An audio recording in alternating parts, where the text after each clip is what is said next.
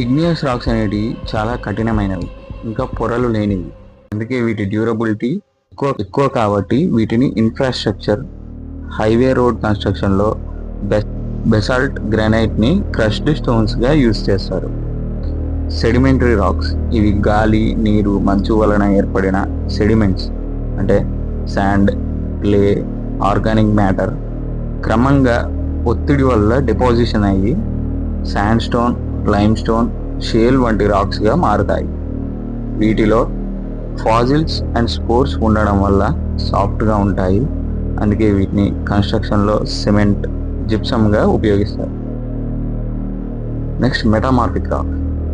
అధిక ఉష్ణోగ్రత, ఒత్తిడి వల్ల igneous and sedimentary rocks metamorphic రాక్స్గా రూపాంతరం చెందుతాయి. లైమ్ స్టోన్ నుండి మార్బుల్ గాను, గ్రానైట్ నుండి గ్నీస్ గాను మరియు షేల్ నుండి స్లేట్ గాను మార్పు చెందుతాయి. ఎలక్ట్రిక్ ఇన్సులేటర్స్గా స్లేట్ రాక్ని యూజ్ చేస్తారు.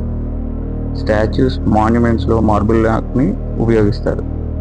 క్వార్ట్జైట్ ఫ్లోర్ టైల్స్ గాను, సిస్ట్ రాక్ గార్డెన్ డెకరేషన్లో యూజ్ చేస్తారు.